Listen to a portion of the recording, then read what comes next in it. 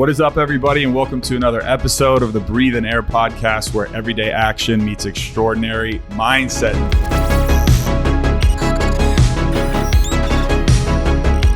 Today we have entrepreneur, community builder, world traveler, and self-proclaimed, we don't know, he's about to tell us, Mr. Arlin Moore. Thank you so much for joining the show, brother.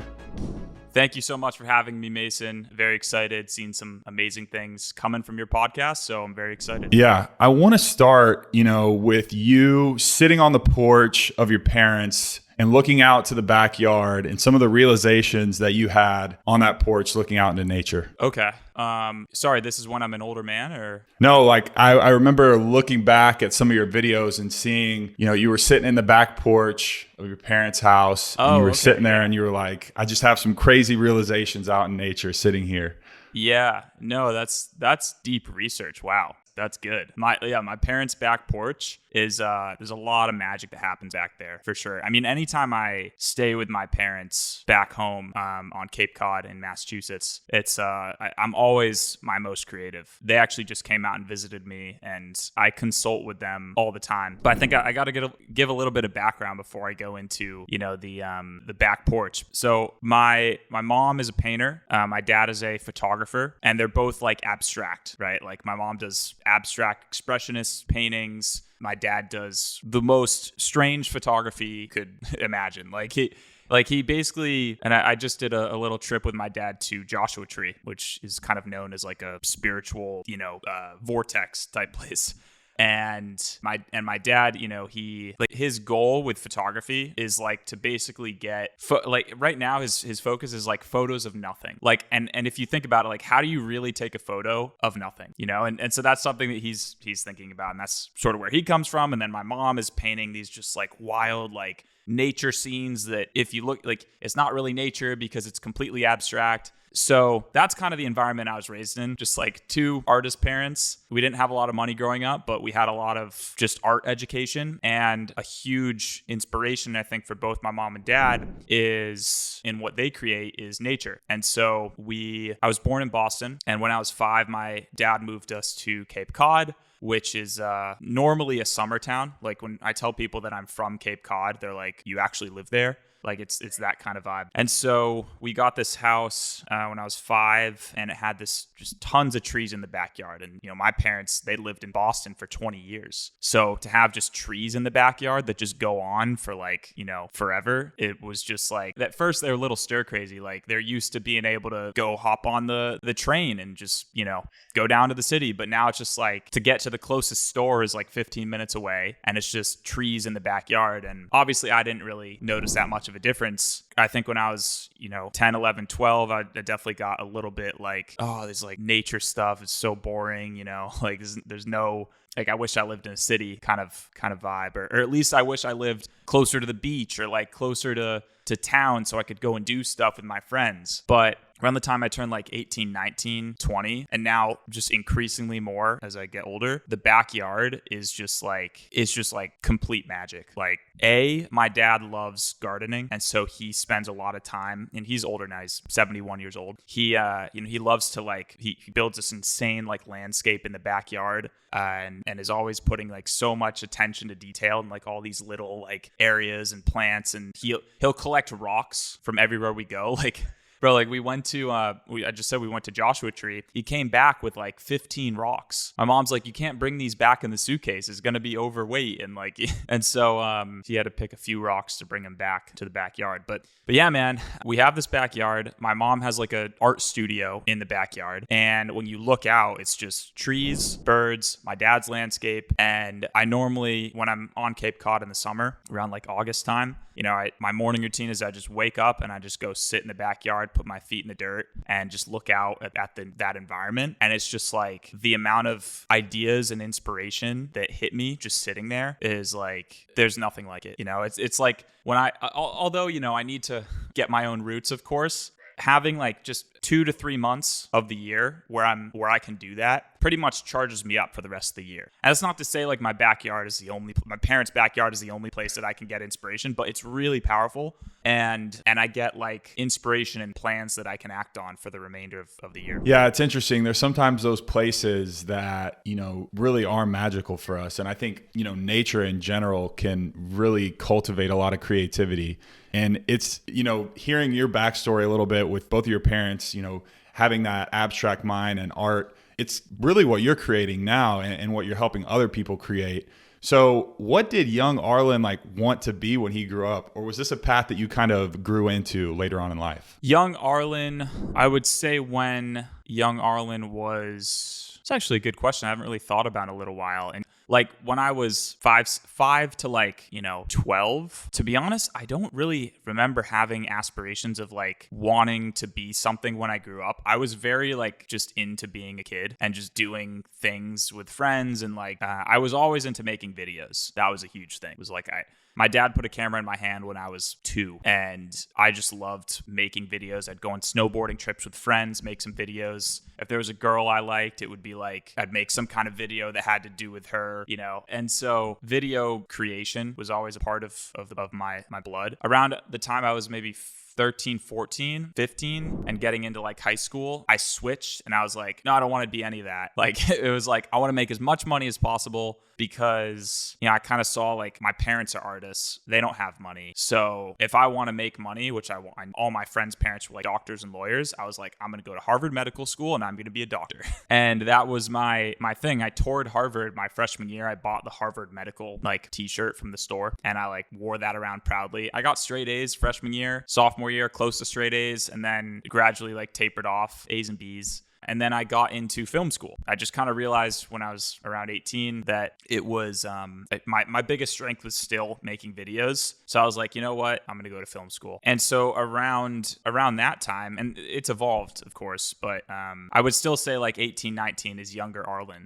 When I just got to film school, my first mindset was I don't want to do film school anymore. I want to make money again.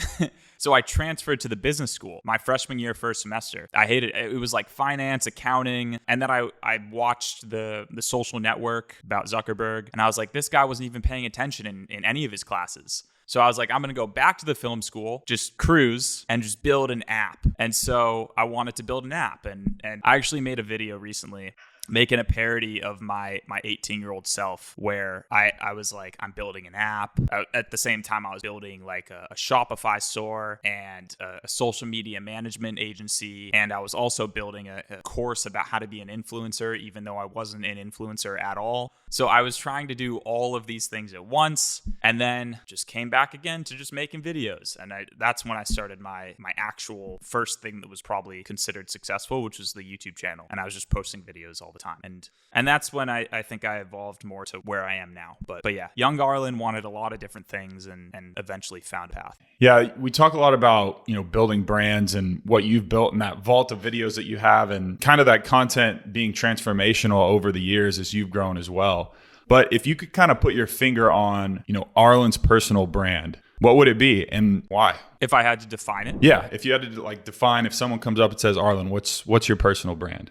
Yeah, I would say it's artistically sharing stories with my friends. And a lot of those stories involve adventure or just normal, simple, everyday life, but trying to share it in a way and communicating a lot of the story without words, trying to visually show something or convey an emotion or, just have a certain shot that is angled a certain way that communicates a certain idea. And in doing that, the last 7 years and in wanting to build a business off of it, I basically, I just wrote down what are my biggest strengths? And it was video, making videos, telling stories, but also my friends. And I realized that a lot of people, side note, very obsessed with just networking and dating and social dynamics.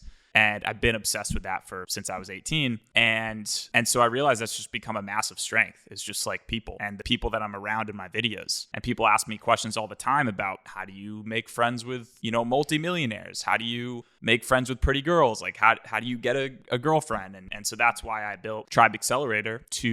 Tribe Accelerator is basically an education arm of my brand that teaches guys how to leverage building a personal brand and do some of the things I do artistically and how I tell stories on Instagram and in through video as well. And then mixing that with communication skills and how to become a better, more charismatic speaker, how to use silence to draw people in, all of these different social tactics. And so I have a lot of enjoyment on that side of the brand too. Yeah, when I look at your content, it makes sense because you do a really good job of painting that picture and that story in an artistic way that does draw people in. I've heard you talk about, the hypnotic effect, your Instagram or someone's videos, and that really is a thing, and it is an art form. And so it makes sense, hearing the origin of it. And I think the biggest thing that the listeners can take away here is the art of storytelling, right? And how powerful that is, whether it's, in the form that we're doing it auditorily, through video, through written. I mean, that is how everything in this world goes around at the end of the day is storytelling. And so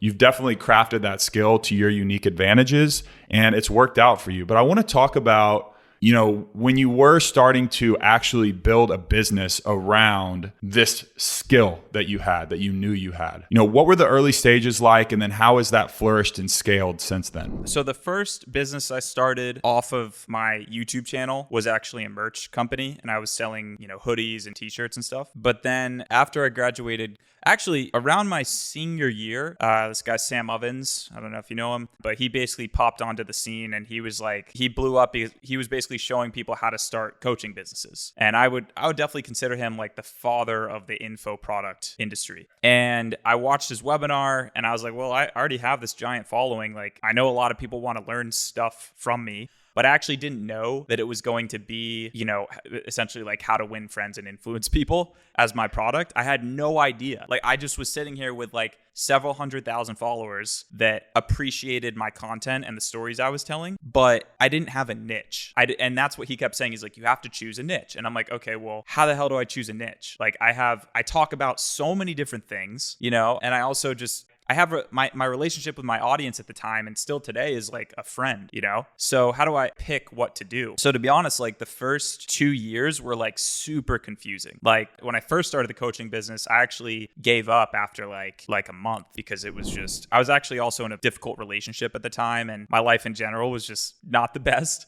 But yeah, it was hard because I didn't know what my offer was. And I was getting on the phone with people trying to do, sales calls, but I didn't know what I was even selling them. And these people were just like super excited to talk to me. So I didn't know what I was selling people. And I would get on these sales calls. This was like 2019. And I'd get on the phone with basically like a gigantic raving fan. And also, by the way, at the time, I didn't know how to like qualify clients. It was basically just like, here's my Calendly link. Who wants to talk to me?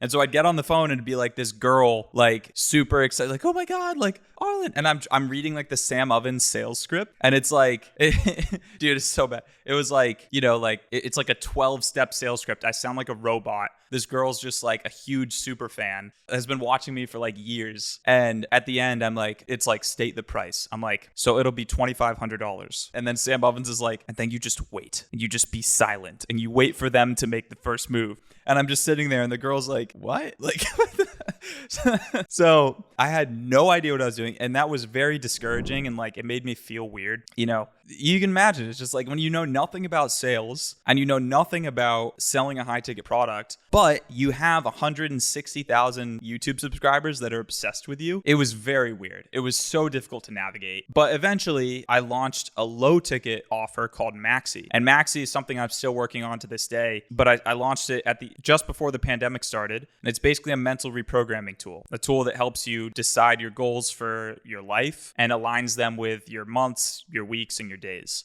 And I launched it, and that did very well because it was pretty affordable. Everyone can relate to it. Everyone has goals, and that was great. And then about 6 months into that, I had a mentor tell me that, my most loyal fans, like 80-20 rule, my most loyal fans will be willing to pay me like 10x or 100x what bottom 80-90% of followers will pay. And so that's when the idea of like a high ticket course came again. But again, it was still just it was like when I first launched it and I had like 4 sales in the first week. It was literally, hey, do you want to talk to Arlin? That was the offer, because I still didn't know what it was. And it took several years to get to the point where I realized that the product market fit for me is networking, dating, personal branding, and wrapping that all together into a community, a network of men only who want to meet other motivated men who aren't just drinking and partying all the time. And yeah, that's the story of how we got to where we are today. It was not a smooth road. It was definitely like just all over the place. Of course, ebbs and flows. Yeah. You mentioned, catering to men only, and we're seeing a lot, with Tate and a lot of other, people that are coming out and, focusing on this message towards men, which I think is amazing. But, what are some of the biggest mistakes that you see or hear from your clients and people that you've talked to? What are some of the biggest mistakes that they're making, as a man, or whether it's in their relationships or their business, or maybe just some mental, mindset, self-limiting beliefs? Like, is there something that really sticks out to you when you're talking to these people? Yeah, the biggest mistake is a mistake from first principles, meaning like they are acting out of ego and their goals that they're even setting in the first place, and the things that they think they want are out of ego and not out of what I would call today God, what others might call universe, source, higher self. That's the biggest problem that causes all the other problems. If you're trying to basically set goals to look cool, to achieve validation from other men or from women, or if you're trying to, just set goals to impress people, there's goals that are very vain and that only serve yourself. If you don't have any higher level purpose, you're screwed from the beginning. And I know that because I was like that for a while, And so I see other guys doing the same thing, and I see it time and time again. I would say probably one of the biggest mistakes, like specific mistakes that first principle error leads to, is the idea that a man the guy has the desire to have like a high body count, to sleep with tons of girls, to rack up his numbers, to fuck the hottest girl. Like that's probably the biggest error that I see, that is actually based in just insecurity and just a misunderstanding of how to actually achieve fulfillment. That's the biggest one by far. Yeah. I mean, I think, there's a crazy stat that was like 5% of the men, or even a smaller percent of that, get 95% of the women in today's world. And it's like, that seems like such a large discrepancy, but when you really look around and think about it, like that's really true. And, give or take the great things that technology has brung or not brung,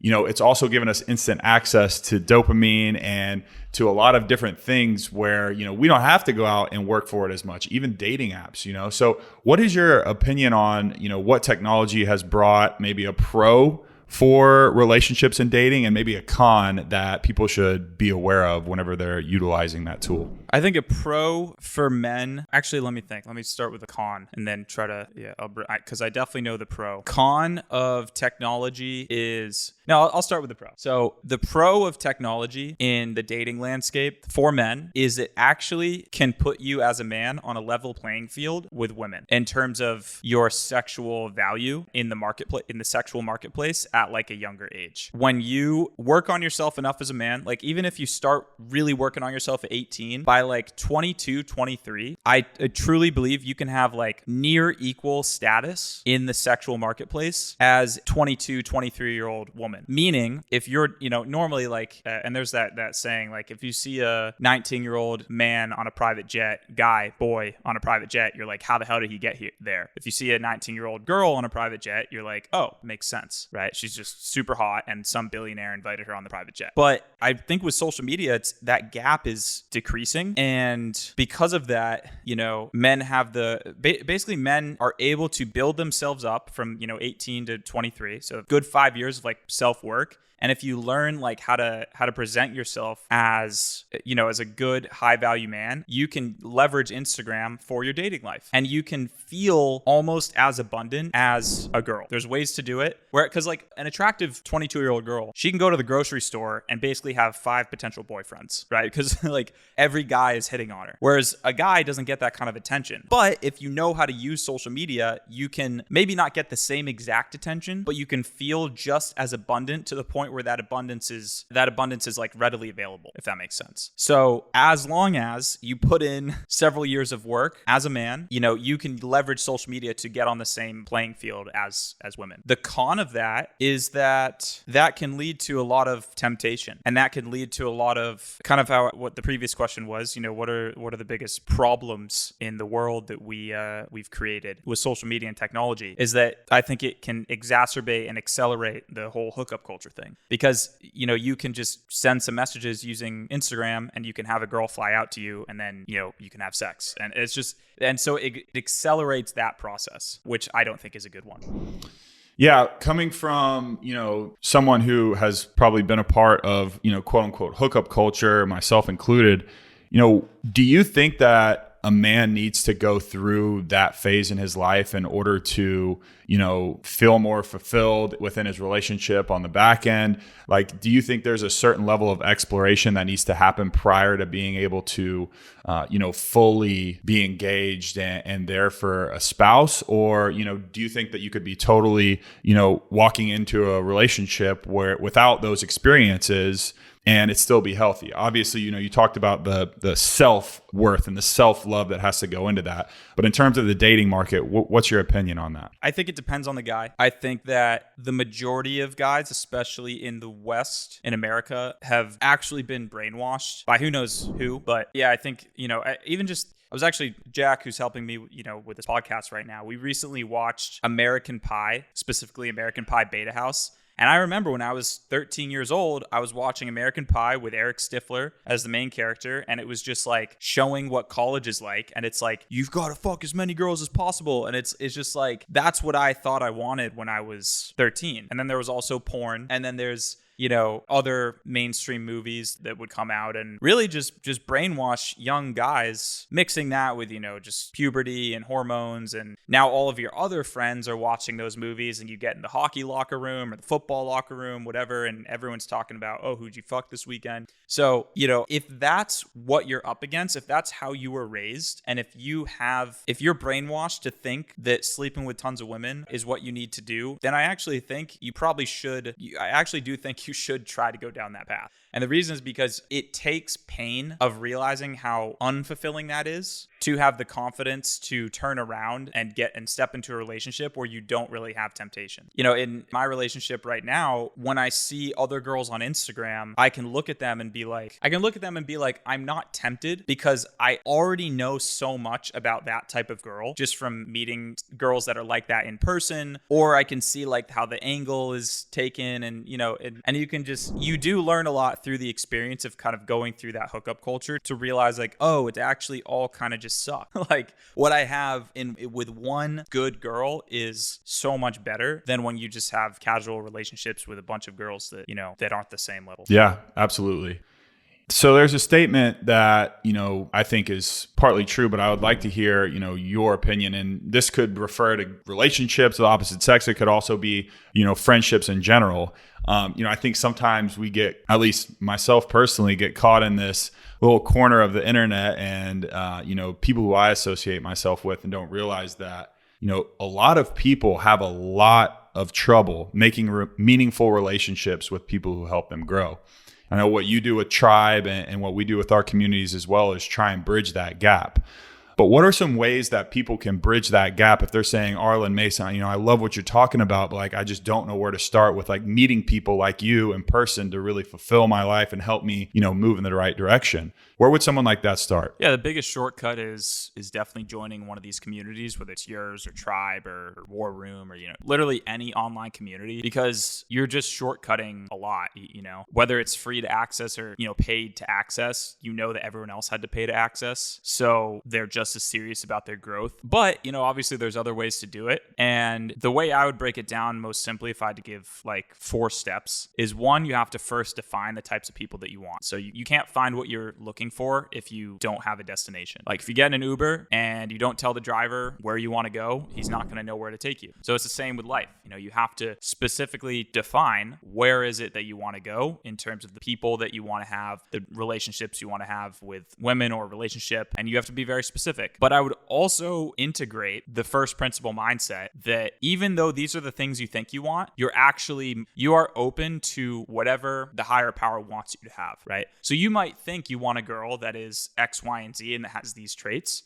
and say like, this is what I'm looking for. But if God or the universe wants to give me something else, that's what I want, right? Ultimately, you let like the higher power decide. So you have to actually work in like both of those, because often the universe gives you relationships that you didn't know that you actually wanted, or you didn't know that you actually needed, to teach you lessons or to even give you more fulfillment than you could even imagine. Like an affirmation that I'll often tell myself is, the things that I attract are even better than I imagine them to be. So I'm often like, even though I clearly define the types of people I want in my life, I'm like, I want entrepreneurs that are like this, that have like large personal brands, or, for example, even with this podcast, like I want to be featured on podcasts that are X, Y, and Z. I basically meet the universe like halfway. I'm like, this is what I want, I think, but really I'm open to whatever the universe has in store. So you have to do that with the specific types of people you want, with your friends, with the types of girls you want to date, or the type of relationship you want, mentors, and just define it first.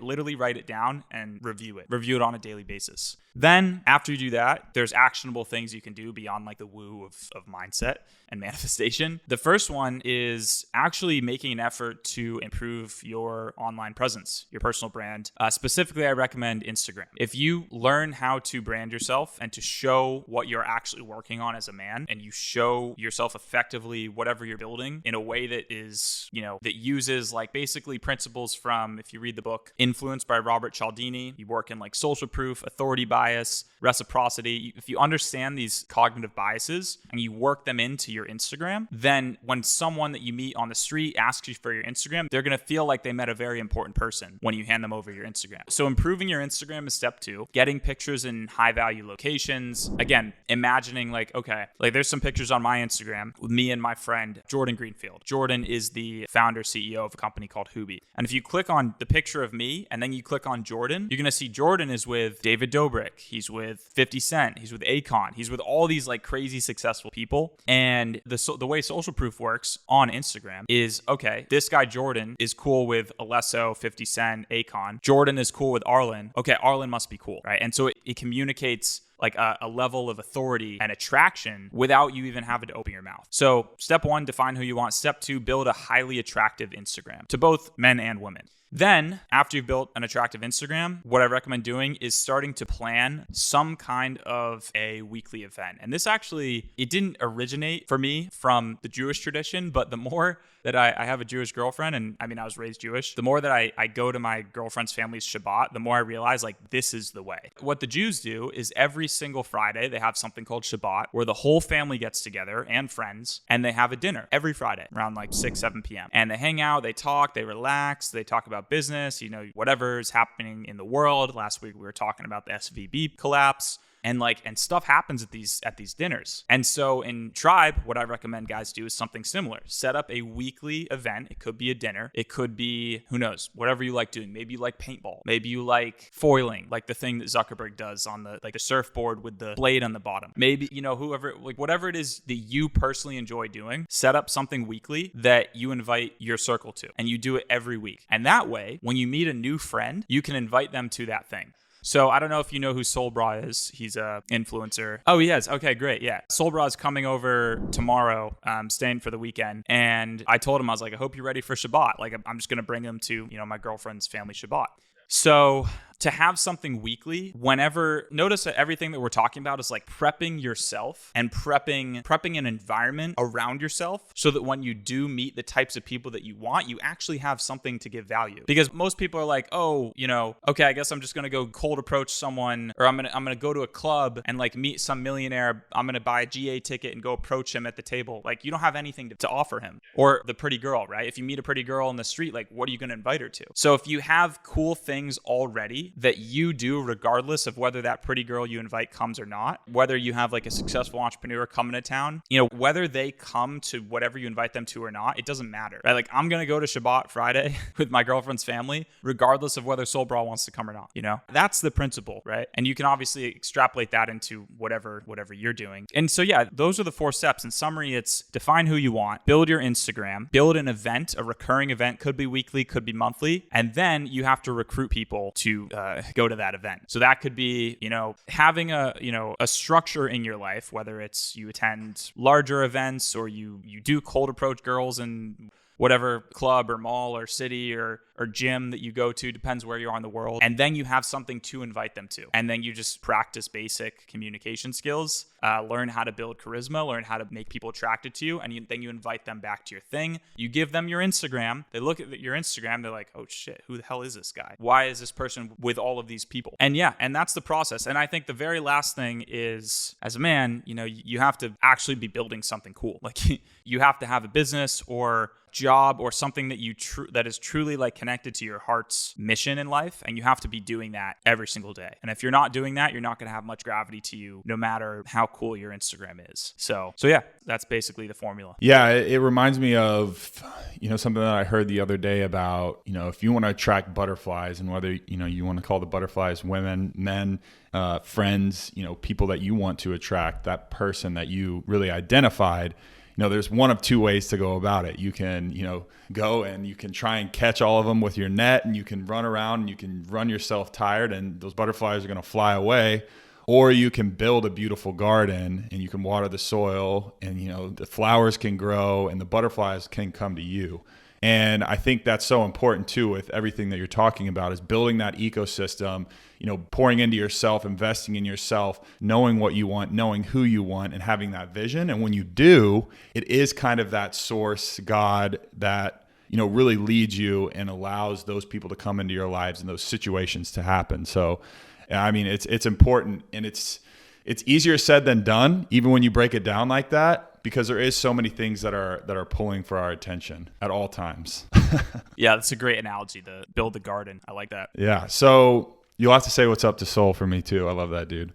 But I want to kind of talk about, the spiritual aspect, because, we could have all of these things, and we could have the best social circle, and we could have all of the money in the world and all of the resources at our fingertips. But if our internal environment isn't good, then, we'll feel unfulfilled in a certain type of way. And I want to talk a little bit about your journey spiritually, and, whether it's, your practice with meditation or how your beliefs has changed over the years. Kind of take us down that path a little bit, and some of the realizations that you've had when it comes to, your spirituality and how it ties into your life. So some of the realizations that I've had. Yeah. So I think my spiritual journey starts around the time I was 15. I smoked weed for the first time with my friends that, I was in high school with, and we were on the hockey team together, and I grew up with these guys, and it was like the cool crowd now, and you got to smoke weed to be cool. And I continued to smoke weed with them from like 15 to around the time I was 16. Just before I turned 16, I had like a bad high, and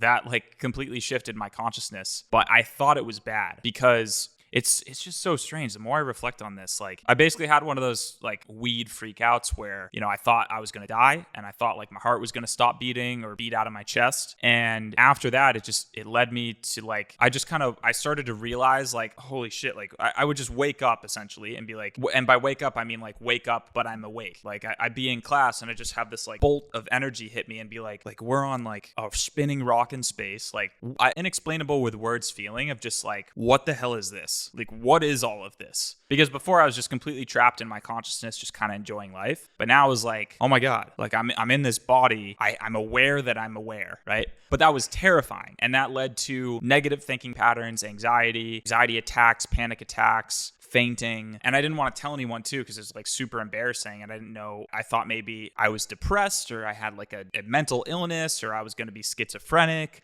or, I was going to, something, there had to be something wrong with me.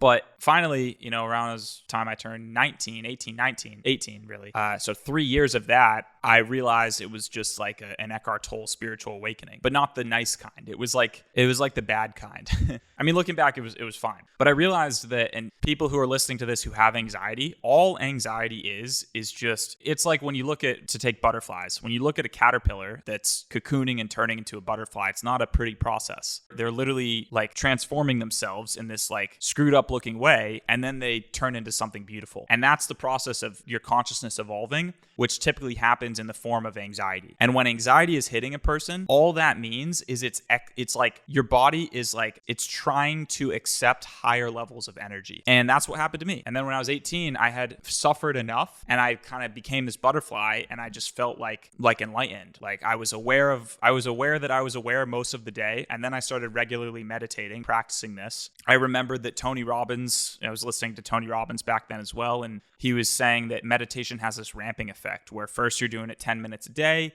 and you kind of go back and forth from like asleep consciousness, autopilot, to just fully awake all the time. And probably for the last several years, I've been awake like all the time. It's so cool. Like, and by awake, I mean like, I'm just aware that I'm aware all the time, as if I'm like watching myself in a movie. So that's been like the journey. As far as today, I still try to practice doing nothing pretty often, at least like 30 minutes a day, sit still and just do nothing, and try to get back to that like purest form of the source. And yeah, I have several other routines that I do, but yeah, it's a fun journey.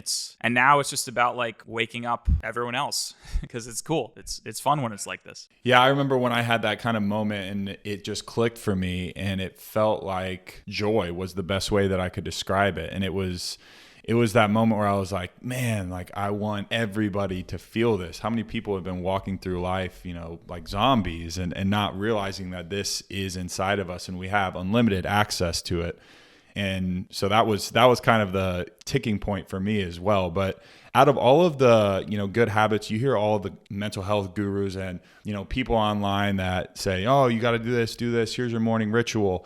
All these things, that some of them I'm sure are helpful, right? For you, what are some of the highest ROI habits that you have had for your life in general? And, what are our listeners that they can, implement in their daily life? Yeah, probably nothing too crazy or out of the ordinary that I'm sure a lot of your listeners are pretty awakened. Obviously meditation, sitting still in a chair for a while, goal setting, that kind of thing. My flavor of the spiritual side of the world, spiritual side of the universe, my flavor right now is I actually revisited Tony Robbins, and I bought one of he has like a $250 course called Get the Edge, and it has it's like a 10-day audio tape, and there's a morning routine, like it's the Tony Robbins Get the Edge morning routine, and it's just like 15 minutes long, and you wake up you get out of bed, you start breathing exercises, and you start moving, and then you do like gratitude, visualization, and incantations. And I do this every morning right now, and it's so good. It's like it's crazy. I mean, Tony Robbins is the GOAT, and that program, that single audio tape has been like juicing me. I did it this morning, and it's like a good, it's a primer, and yeah. Aside from that, I mean, I think a big one is just doing some form of like Vipassana, like 3 to 7 day silent retreat. That's very eye-opening and very clarifying to what you need to do. And I think the last one I would mention for now is just spending more time with your parents and learning from your parents. And just if you're fortunate enough to have parents, if not parents, grandparents, and just like submitting to the fact that most of the things that they've been telling you your whole life are true, and even though you never wanted to admit it, and that like even like what your mom tells you should be eating or what your dad tells you should do is just generally true, and just listening to that wisdom. On a little bit more of the business front, you talked about the creative inherent skill that you've crafted over the years, and kind of the genesis of what you have built now. I I want to talk about scaling and what you've done over the years. And at what point do you outsource certain things, or are there certain things where, it stays in your camp and, hey, I'm always going to be over control of X? What is that for you if there are those things? It's a good question. It's honestly something I'm still figuring out and still learning, but I've learned a lot in the last year. Now I have like 17 people on my team. Yeah, I mean, at first it was like when I first started in business, my idea was very Tim Ferriss influenced, because all I wanted to do was be like me, virtual assistant, $1 million business. Like that's all I wanted. And I wanted to just 4-hour work week, automate everything, and that's it. I just kept hitting my head against the wall because I realized that yes, that's possible, but it's just limiting. And then even if you're only like I've had the 4-hour work week, but then it's I realized like the most fun in my life that I ever have had was when I was building my YouTube channel and I was just working all the time. I was like, that's the most fun that I have. So I might as well optimize my life and business to just always be building something. And recently what I've been building is a real business. And I say real business because I really don't think that like a 2 or 3 person business is like, it's not, you just can't call it like a real operation. Like, yes, it is technically, and you have your LLC or, your business entity, and you can make a lot of money. And I mean, I have friends that make like $2 or $3 million a year with like 3 people on their team. And that's great, but it is different when you have team meetings and you have departments and you have people who are better than you at each part of the business doing that part of the business. And I'm a creative person. I'm very talented, and I know that. And so it was hard for me to be like, okay, I got to find someone who's better at copywriting than me. I got to find someone who's better at sales than me. But as soon as that became my mindset, things got a lot easier. I shouldn't say that. They didn't get easier, but it just shifted my perspective. Because then the next skill set that I realized I had to learn was like leadership and holding people accountable and motivating a team and being a CEO. And that's a whole other ball game than just being a video editor or video editor slash, I was doing everything back in the day, like setting up systems and sales and fulfillment of everything. So yeah, how it's scaled. I mean, like the question was, how do I know what I should still be doing? The way that I handle it is I basically try to delegate as much as possible to the people that are definitely significantly better than me, right? Like, so for example, there's 2 areas of the business that there's several areas, but 2, for example, are sales. Like my sales team, my sales guy is just like really fucking good, and he's way better than I am. Like he did solar sales for years. He sold millions, just way better than I am, right? Then there's the like tech department, and I'm actually decently good at like operations and Zapier, but I finally like hired someone to build out like a custom tracking dashboard, and like I have no idea how he did it. So that stuff I'm like, you take it. But then we're going back to like, okay, Arlin as this like creative artist person, and a lot of my brand is driven by videos and content and writing even, and so for that, and this is something I haven't really talked about, so I'm excited here. I've been building out a brand design language, and I actually talk about how to do this in Tribe Accelerator. But my team, I have 4 video editors, I have a copywriter, and I have a thumbnail editor. I may be forgetting 1 or 2 people on the creative side, but they all follow like it's a design and essentially artistic branding language that I am the curator of. So if the way I would explain it is like, if you look at Louis Vuitton or you look at Off-White, any of these major fashion brands, like the original creator, like, I mean, Virgil, rest in peace, Virgil Abloh, creator of Off-White, like he died. But even when he was alive, he wasn't the one actually making the new designs. He just created a template for this is what Off-White can look like. Here's the tools you can use. Here's the fonts you can use. Here's the color schemes you can use. Here's the store, like the themes that you can relate back to. Here's the mission of the brand. Now you as the designer take those constrictions and go create your art. And then that's what becomes the Off-White brand. And I've actually learned a lot of this from my mom, because my mom's an art professor as well. She teaches it in college. And like a lot of the art assignments she gives her students, you could think of it as like she's actually giving them an assignment that is basically like a brand language. So she's like, you have to use these materials, you have to use these colors, these patterns, and that's what the assignment is. So that's what I do and how I'm both maintaining control and relinquishing control at the same time within my team and trying to still use my strengths, but also scale. Yeah, there's a few things that come to mind. I actually just had a show with the COO of NutriSense, and he kind of talked about the same thing in terms of scale. was he wants to hire someone that's 3 times better at that certain skill. And I'm like, well, how do you quantify like 3 times better? He's like, well, if it takes me 10 outreaches to land, a brand partnership deal, and this person does it in 3 or 4, like I know that, they're better than me by that many amounts and that many tries or that much time elapsed, right? And so it's always like trying to replace yourself in that specific role. And a lot of times, we're wearing multiple hats as entrepreneurs early on. So it really is, people based. Everything we do is around relationships, and it's all for people and by people. And I think that's a backbone of what entrepreneurs need to understand as well, is like, this is not for us. Like, what we are building is for other people. And when we turn that viewpoint to the consumer, to the person that we're trying to help, to our target market, whoever it may be, that's when we really have value that scales, because it's not about us anymore. And that's where I feel like today, it's like, oh, entrepreneurship's so cool. Like, I want to do this so I can do all these things and make this money. And it's not about that, right? And so anyone listening that, is currently an entrepreneur on their journey, I feel like that's important to keep in mind. And then the other thing you said, it reminds me of creative construct, right? I think you and I have very similar brains in that, like, we have the creative side and we can see the vision, but we need people and like the engineers and the people to help us really like make this thing come to life. And for us, and for a lot of people that are listening right now, our mind can probably wander into a lot of different places and a lot of ideas that we have. It's hard sometimes to grab those and bring them in and then, actually breathe life into them.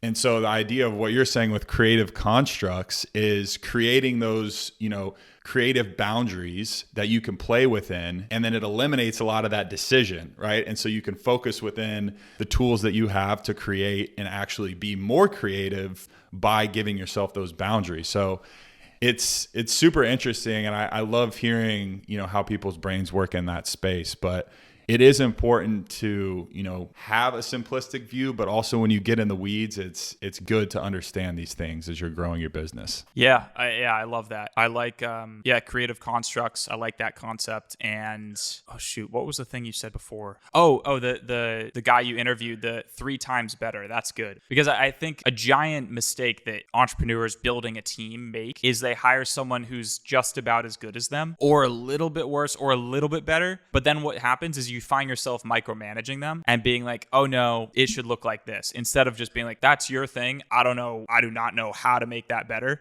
It should be obvious. That's a really good point. Yeah. So you're in Malibu right now. You've been all over the country, and I want to talk about, this nomadic lifestyle that you've been living, the pros and cons, some things that, you've loved about it, and maybe some things that you haven't liked about, being a nomad as an entrepreneur, and maybe some of the tips that people can utilize as well, if that's kind of lifestyle that they're trying to live. Yeah. I mean, I've been to 15 countries in the last 8 to 10 months.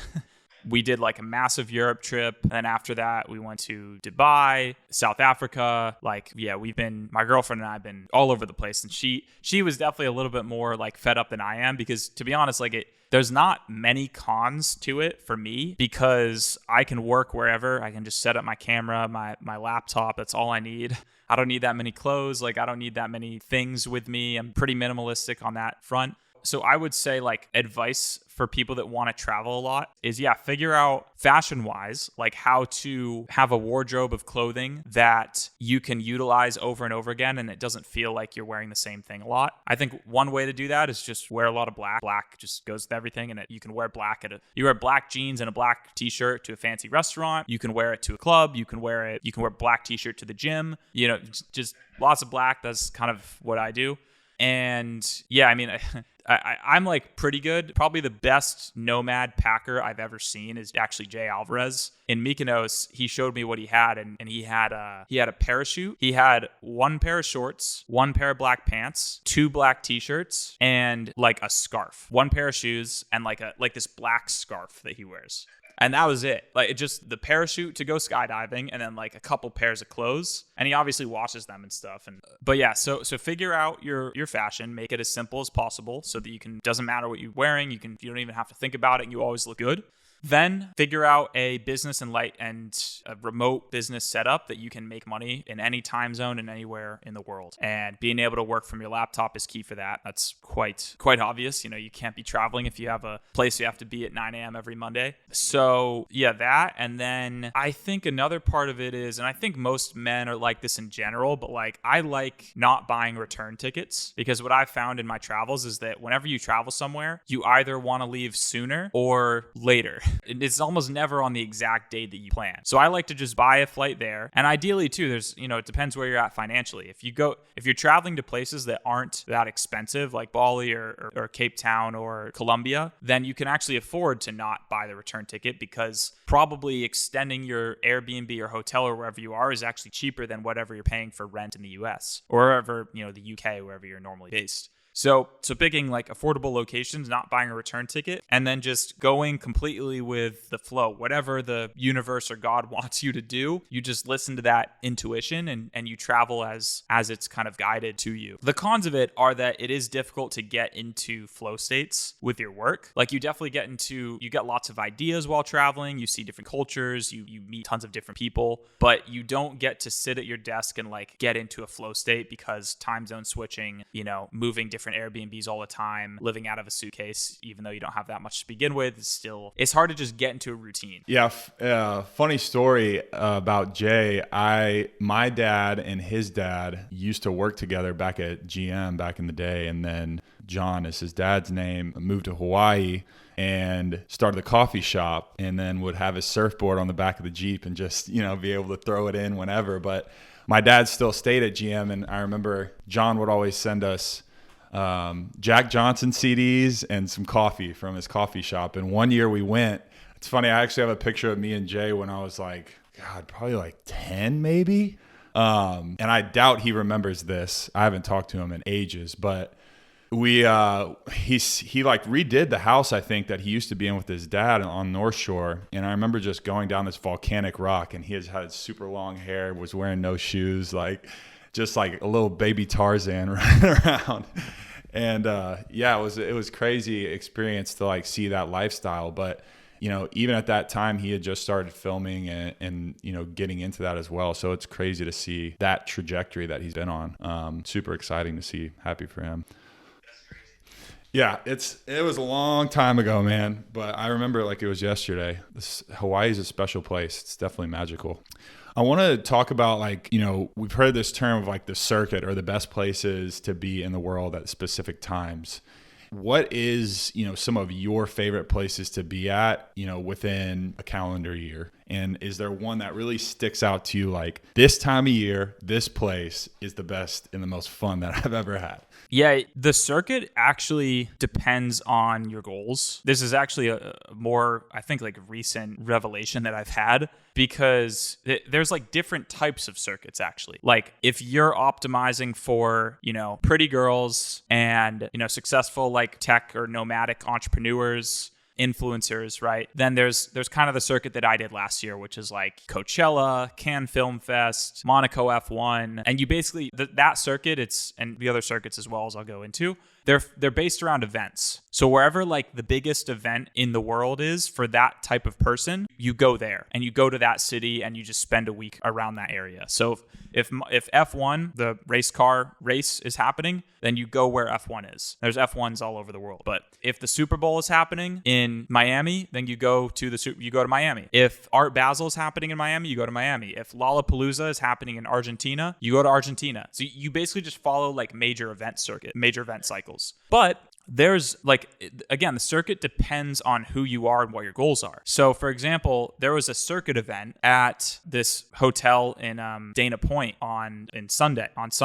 My friends Casson and Jordan, who they're more in like the startup, like venture capital world, and they want to meet like successful. I mean, they want to meet like billionaires basically. So like there's like different types of people, and they were at this Machine Gun Kelly, like I don't even know exactly what it was, but it was a specific event that I realized realize is actually completely different than the other type of circuit that, like, for example, my friend Adam will go on. And so, yeah, it was crazy. I mean, we were staying at this like normal hotel in Dana Point, which is like an hour and a half, couple hours south of Malibu. And like we saw like Bryce Hall was there. Kobe Bryant's daughter, Vanessa Bryant, was just at the hotel, just in the lobby. And like, yeah, tons of like extreme, like the Rothschild family apparently was at this event, who like runs the world basically. So yeah, the circuit depends on what your goals are. What I would say personally is a place that I would really recommend going, that I definitely want to go back to, is there's a place if you go anywhere in July or anytime July and August, to Capri in Italy, which is an island off the coast of Italy, off the like Amalfi Coast. There's this little tavern called like Taverna Il Amore or something. It's something like that. If you Google Taverna Il Amore, I forget exactly the spelling. And it's this little like tavern with live music, live Italian music, all Italian, like Italian hits, no English. Everyone there is Italian, and they attract like some of the craziest like celebrities. You know, Shakira's went on stage and was like singing there. Jamie Foxx went on stage and started singing, and it's just like very tightly compact, and everyone's singing these Italian songs that you don't know the words to. And it's just that, like, we did that this past summer, and it was like one of the most fun nights of my life. So that, it's also very expensive. Capri is like extremely expensive. So if you have money, I would go there. If you're more on a budget, then obviously, you know, Bali's kind of a staple. But if you're more on a budget, honestly, we were just talking about Hawaii. Like, Hawaii is not that bad. It's definitely expensive, but Hawaii is one of those places where you get there, you stay there for a couple nights, and you're just like, why the fuck am I living in Nashville? Like, or like, well, why am I living in LA? Like, this place is perfect. This is literally like, if you had to describe heaven, this is it. It's just, it's amazing. And everyone's relaxed and kind, and the food is amazing, and the environment is just, it's magical. So there's a question that I always love to ask, and it is, what is your definition of success? I think success to me is three-pronged. It's a conscious connection to like what we were talking about earlier. Like, you're aware that you're aware, so you have to be conscious. If you're unconscious, if you're thinking about other things, no matter what you're doing, if you're not fully in the moment, it's hard to say that that's a success. So you have to be conscious spiritually. 2, being near and or around family, loved ones is success in itself. Like, that's a miracle in itself. And then if you have those 2 things while simultaneously being able to, as a man, like, work on something that is contributing to the greater world as a whole, regardless of the results of that thing, then that's what I would say success is. As long as you're building, you're around people you love, and you're awake and aware of what you're doing, then you're successful. Arlin, where can everybody find you online? Where can they, join Tribe or, follow your journey, YouTube, all that good stuff? Yeah, so very active on Instagram, at Arlin, ARLIN on Instagram. And then I also have a 7-step workshop on tribeaccelerator.com. So people can just go to tribeaccelerator.com. It's a free workshop that I put on daily, and people can go there, sign up. And those are the 2 best places. Then also my YouTube, Arlin Moore on YouTube. They can just check out some of the stuff I've been up to the last 6-7 years. Well, Arlin, thank you so much for joining the show. It's been a pleasure. Guys, as always, if you enjoyed today's conversation, share it with somebody who you think could get value from it, and then go put it into action. Everyday action, extraordinary mindset. Action comes first. And secondly, your price of admission. Go rate the podcast, leave a comment, let us know what you thought. It helps drive the show forward so we can keep growing and have an incredible guest like Arlin. So thank you guys so much for tuning in, and we'll catch you next week. Thank you, guys. Thank you, Mason.